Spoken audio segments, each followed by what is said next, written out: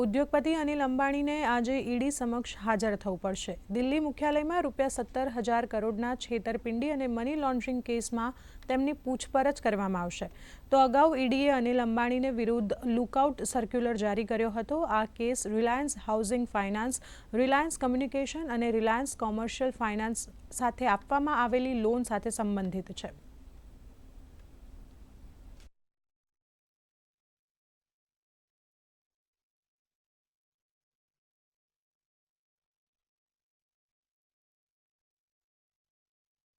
जो सौर ऊर्जा निगम है उसको एक फर्जी लेटर दिया था, जी। एक तरीके से फर्जी गारंटी दी थी और उसमें एसबीआई को जो मेल किया गया था उसका भी जिक्र किया गया था।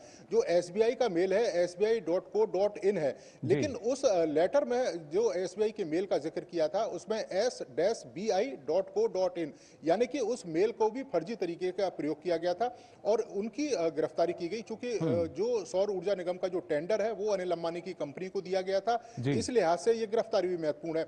और अनिल अंबानी जब पूछताछ के लिए आएंगे तो सारथी विस्वाल के सामने आमने सामने बैठाकर ईडी है जो पूछताछ कर सकती है। और इनके ऊपर ये आरोप है कि अनिल अंबानी को जब ये टेंडर मिला था तो उसके एवज में सारथी विस्वाल को 5.5 करोड़ रुपए की जो रकम है वो रिलायंस की तरफ से दी गई थी, अनिल अंबानी की कंपनी की तरफ से दी गई थी। तो ये जी। बताता है कि एक तरीके का गठजोड़ है। दूसरा, जब 17,000 करोड़ की जो संपत्ति एनपीए की गई तो बैंक के तमाम अधिकारियों से ये भी पूछताछ ईडी करेगी कि आखिर उन्होंने कदम क्या उठाया जब समय से लोन नहीं मिल रहा था।